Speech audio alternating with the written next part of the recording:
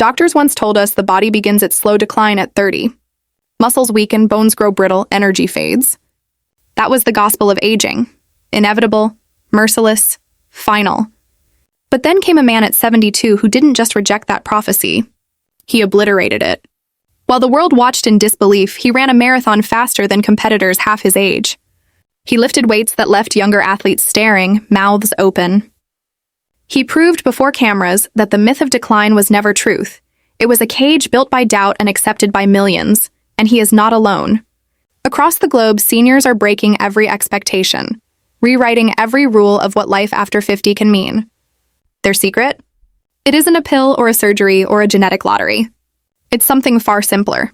3 exercises hiding in plain sight that could keep you not just alive, but young.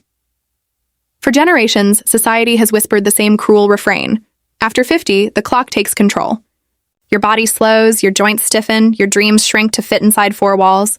It's a quiet sentence handed down without trial, not by science, but by culture. Ads for painkillers, lazy jokes about midlife decline, even doctors who shrug and say, "That's just age." This story becomes a self-fulfilling prophecy, because when you believe that narrative, you start living it. Independence slips away one day at a time. The morning walk you once enjoyed is replaced by the armchair. Energy shrinks, and with it, the appetite for new experiences. Health doesn't just decline, it plummets. And not because of time itself, but because of the inactivity that story justified. Every year, millions lose precious years of their lives not to age, but to surrender. And yet, beneath that despair, a rebellion stirs. A growing community of seniors refuses to bow their heads to the lie. They are parents, workers, immigrants, veterans, grandparents, people who refuse invisibility. They show up in gyms, in parks, in living rooms, challenging the myth with every rep, every step, every breath. Their bodies don't look broken. Their spirits don't look dim. Instead, they radiate strength that defies numbers on a birth certificate. This isn't just about exercise. It's about dignity. About rewriting what it means to grow older in a culture that too often sidelines its elders. It's about proving to the world and to yourself that life after 50 isn't a downhill slope, but a second ascent. And the weapon that fuels this rebellion? It isn't endless hours or extreme routines.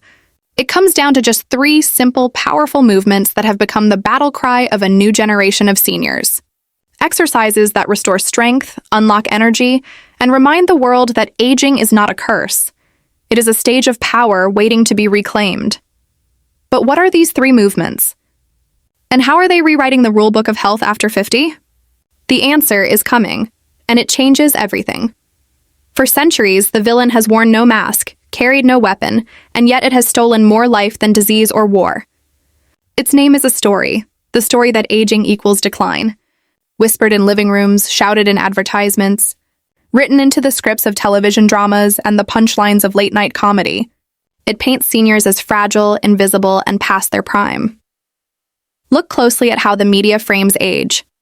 Commercials show smiling grandparents rocking gently on porches, as though stillness is their destiny. Sitcoms cast the elderly as bumbling, forgetful caricatures, fumbling with technology, the butt of every joke. And when movies attempt dignity, too often it's through nostalgia. Characters clinging to the past, never breaking into the future. This is no accident.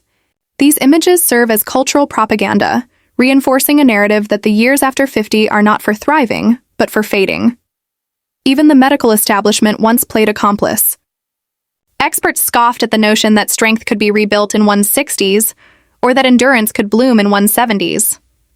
Studies were ignored, patients dismissed with a shake of the head and a prescription for rest.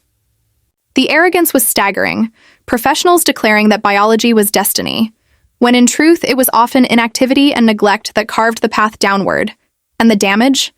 Immeasurable. This belief robbed millions of confidence before they ever gave themselves a chance. It convinced strong women to stop lifting groceries for fear they'd throw their back out. It pushed men to abandon weekend sports, convinced that any strain could snap their bodies in 2. It crept into the self-image of entire communities, telling immigrants who had built nations with their labor that their hands, their backs, their hearts had an expiration date stamped by fate. This narrative didn't just steal physical strength. It stole time. Seniors who might have had 10 more vibrant years traded them for isolation, medications, and the quiet despair of believing they were already finished. And in that surrender, the villain grew stronger, shaping not only how seniors saw themselves, but how society saw them. Disposable, fragile, secondary. But villains always underestimate the resilience of those they seek to break. While this myth dug its claws deep, a quiet resistance began to stir. Seniors who refused invisibility stepped forward, refusing to let their identities be defined by someone else's script. They laced up sneakers, picked up dumbbells, stretched into postures that doctors had once told them were impossible. They did not seek to look young. They sought to live fully. And in the process, they exposed the lie that aging was decline, showing instead that age could be power refined by wisdom. The arrogance of the old narrative is now cracking. Every marathon run past 60, every plank held past 70, every yoga class filled with silver-haired warriors chips away at the villain's grip. And for the first time, the world is starting to notice, because this isn't the end of the story. This is the beginning of a rebellion, one fueled not by pills or false promises, but by sweat, discipline, and unshakable dignity. Her name could be Maria, or Ahmed, or David. The details shift, but the story is one millions will recognize. At 55, Maria carried not just the weight of her body, but the weight of exhaustion. Years of desk work had curved her back, her knees ached climbing stairs, and her doctor warned her that blood pressure pills were now a lifetime sentence. She laughed politely, but inside, she felt something breaking, the creeping suspicion that her best years were behind her. Maria wasn't chasing vanity. She didn't care about six-pack abs or running like a 20-year-old. What she wanted was breath, to walk without pain, to bend down and tie her shoes without feeling old, to play with her grandchildren without hiding fatigue behind a forced smile. The turning point came one morning, staring at herself in the mirror when she realized the enemy wasn't her age, it was surrender. That day, she took the smallest step, 10 minutes of walking. The next week, she added stretches. A month later, she picked up a small set of dumbbells, her hands trembling not from weakness, but from defiance. And slowly, the story changed. Pounds fell, yes, but more importantly, strength returned. Her back no longer screamed with pain. Her heart beat steadier, her nights of restless sleep grew fewer. She didn't look in the mirror searching for youth. She looked in the mirror and saw freedom, a body capable of carrying her dreams again. Maria's story is not exceptional because it's rare. It's exceptional because it's happening everywhere. Seniors across cities and towns are making the same choice, not to chase youth, but to reclaim life. To reject invisibility, to stand as proof that discipline, resilience, and faith in oneself can rewrite a destiny. And for all of them, the discovery was the same. It wasn't about endless hours in the gym or punishing regimens. The secret lay in just 3 exercises. 3 deceptively simple movements that gave them back their balance, their strength, their energy, their pride, and the exercises that gave Maria her freedom. That's where our story turns. The stage was set not in a courtroom, but in the everyday theater of public opinion. The clash between old thinking and new possibility. On one side stood the skeptics, voices heavy with certainty.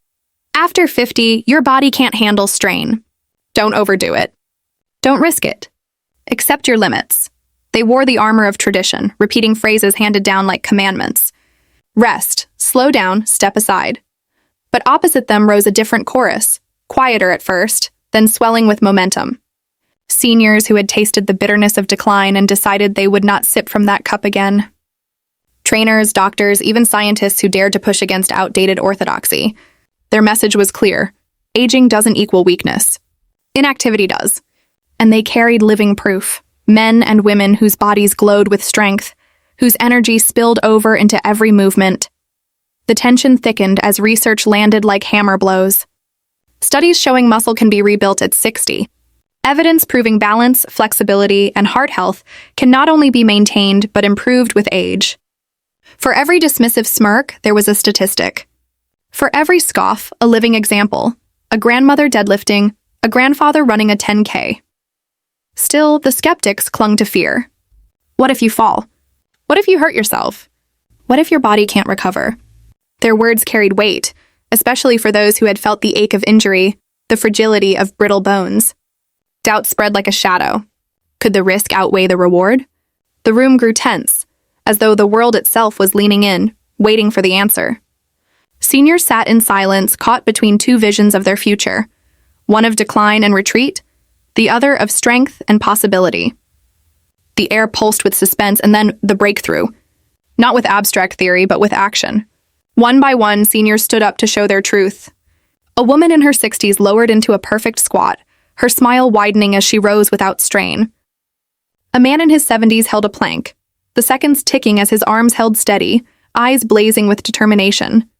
Another lifted light weights, shoulders strong, proving that effort, not age, defined capacity. Gasps turned into murmurs, murmurs into applause. The myth was crumbling, the villain exposed for what it always was, a story designed to chain the capable. The debate was no longer abstract. It was embodied, undeniable, visible to every eye in the room. The skeptics had no answer, because the truth was no longer theoretical. It stood before them, breathing, sweating, radiant. But the moment that silenced the entire room wasn't just the demonstrations. It was the revelation that all of this power, all of this defiance, came from something shockingly simple. Just 3 exercises. 3 movements that any senior could begin, anywhere, without expensive equipment or endless hours. And when that truth was spoken, the room didn't just react. It erupted. The room was electric, silence humming louder than applause. Eyes fixed on the hero who had stood so calmly, waiting for the noise of doubt to fade. Then with a voice steady and unshaken, they delivered the counterattack. Not an insult, not a lecture, but the truth. Distilled into 3 simple movements that could overturn decades of myth. First, they said, the squat. The word landed heavy, but the meaning was freedom. This wasn't just bending at the knees. It was the key to standing tall without help, to climbing stairs, to lifting grandkids without fear of falling. Squats rebuilt the very foundation of independence, giving back balance and strength in the legs and core. Each rep whispered, I am not fragile. I am capable. Second, they continued, the walk. Not the shuffle of decline, but brisk, intentional movement, the oldest and most natural form of endurance. Step after step, the heart grows stronger, circulation steadier, lungs more resilient. Walking was more than exercise. It was reclaiming the rhythm of life. The villain's story said aging meant slowing down, but every mile walked was a direct rebuke. My journey isn't over. And third, they declared, the plank.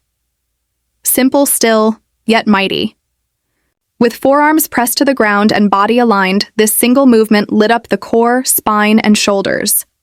It wasn't just muscle. It was stability, posture, confidence. Holding a plank was holding the line against decline, a statement of quiet defiance. I will not bend. I will not break. The audience didn't just hear the words, they felt them. Each exercise was a metaphor for life, strength to rise, endurance to keep moving, resilience to hold steady. And the beauty was undeniable. No machines required, no elite coaching necessary. Just 3 movements accessible to anyone, anywhere. Gasps turned into applause, applause into cheers. For a moment, the villain, the myth of inevitable decline, seemed to shrink in the presence of such clarity. The skeptics had no reply, their smirks erased, their warnings silenced. The crowd had witnessed not theory, but power made flesh. And in that mic drop moment, the hero stood taller than ever.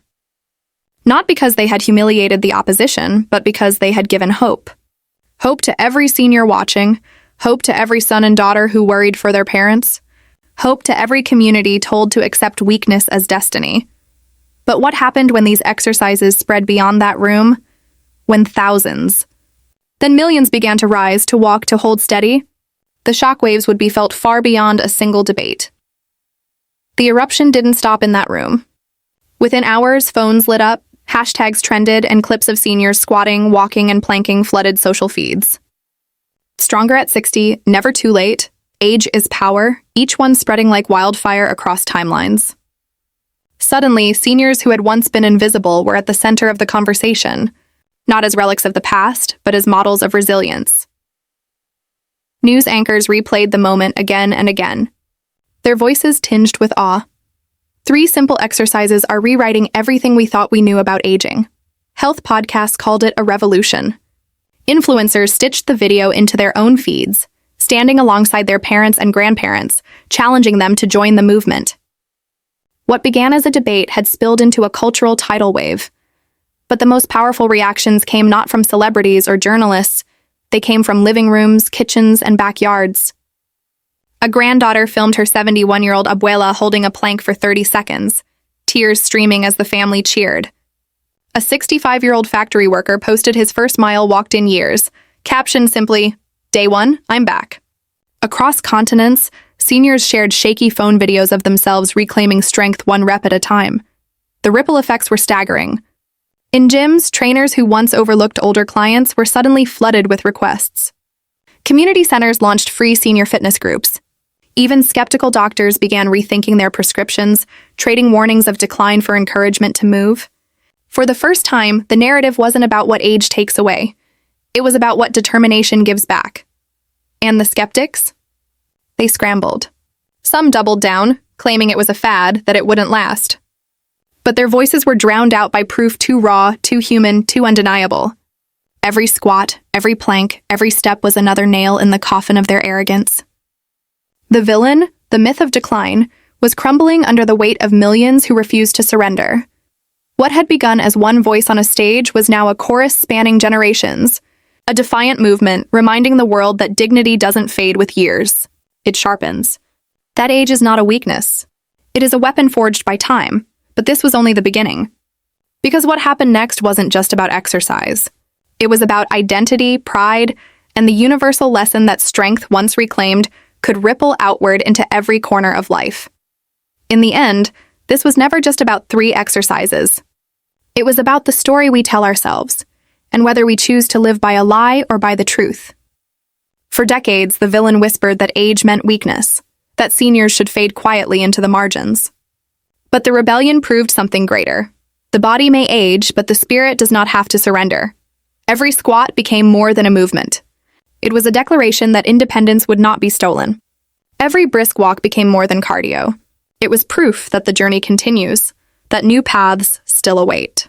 Every plank held was more than muscle endurance. It was a silent stand against invisibility. Together, they rewrote the meaning of aging, from decline into dignity, from fragility into resilience. The lesson was not confined to gyms or fitness routines. It echoed into homes, communities, and families.